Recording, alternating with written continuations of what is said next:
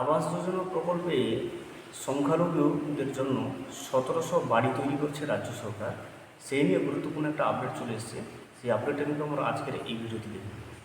ভিডিওটি শুরু করার আগে ছোট্ট একটা অনুরোধ, যদি চ্যানেলে নতুন হয়ে থাকেন অবশ্যই চ্যানেলটা সাবস্ক্রাইব করবেন এবং নোটিফিকেশানটা অল করে রাখবেন সমস্ত আপডেটগুলো পাওয়ার জন্য।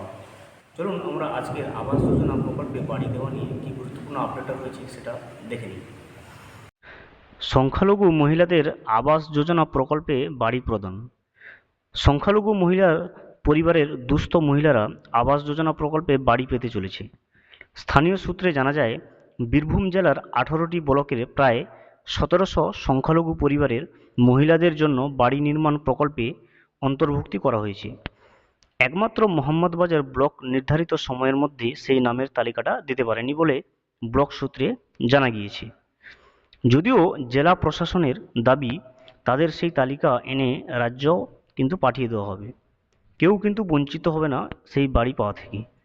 জেলার মধ্যে সর্বোচ্চ মুরারি 2 ব্লকে 270টি এবং নলহাটি 2 ব্লককে 150টি বাড়ির কোটা দেওয়া হয়েছে। সংখ্যালঘু দুস্থ বিধবা স্বামী পরিত্যক্তাদের পাকা বাড়ি দেওয়ার জন্য প্রকল্প গ্রহণ করেছে পশ্চিমবঙ্গ সরকার। সেই প্রকল্পের আওতায় 1,20,000 টাকা করে অনুদান পাবেন। সংশ্লিষ্ট দপ্তরের কর্তাদের দাবি, জেলার অন্যান্য 18টি ব্লকের নাম কিন্তু নির্ধারিত সময়ে পাওয়া গেল।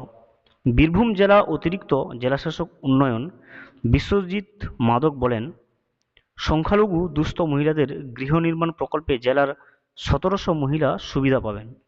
তবে মোহাম্মদবাজার ব্লকে তারা কিন্তু খুব শীঘ্রই নামের তালিকাটা দেবে, সেটাও রাজ্যে তাদেরকে পাঠিয়ে দেওয়া হবে।